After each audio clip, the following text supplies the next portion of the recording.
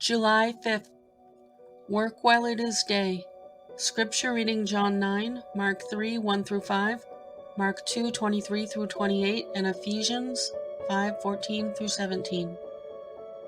In John 9, we read about Jesus healing a blind man by making a clay solution to cover the man's eyes.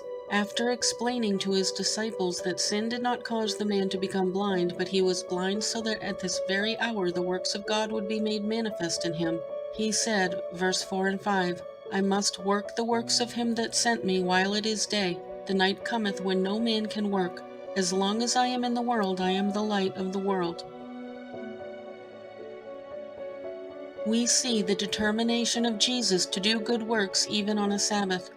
The Sabbath was to be a day of rest on which man did not work. In Mark 3, 1 through 5, we read that Jesus healed a man's withered hand in the synagogue on a Sabbath. The Pharisees were appalled and they left, ready to plot against Jesus. The Pharisees had already questioned Jesus about working on a Sabbath when the disciples were found plucking ears of corn. Mark 2, 23 and 24.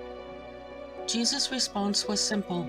The Sabbath was made for man and not man for the Sabbath. Therefore the Son of Man is Lord also of the Sabbath. Verse 27 and 28.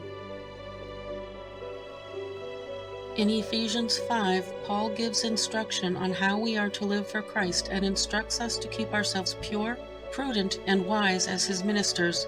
Wherefore he saith, Awake thou that sleepest, and arise from the dead, and Christ shall give thee light.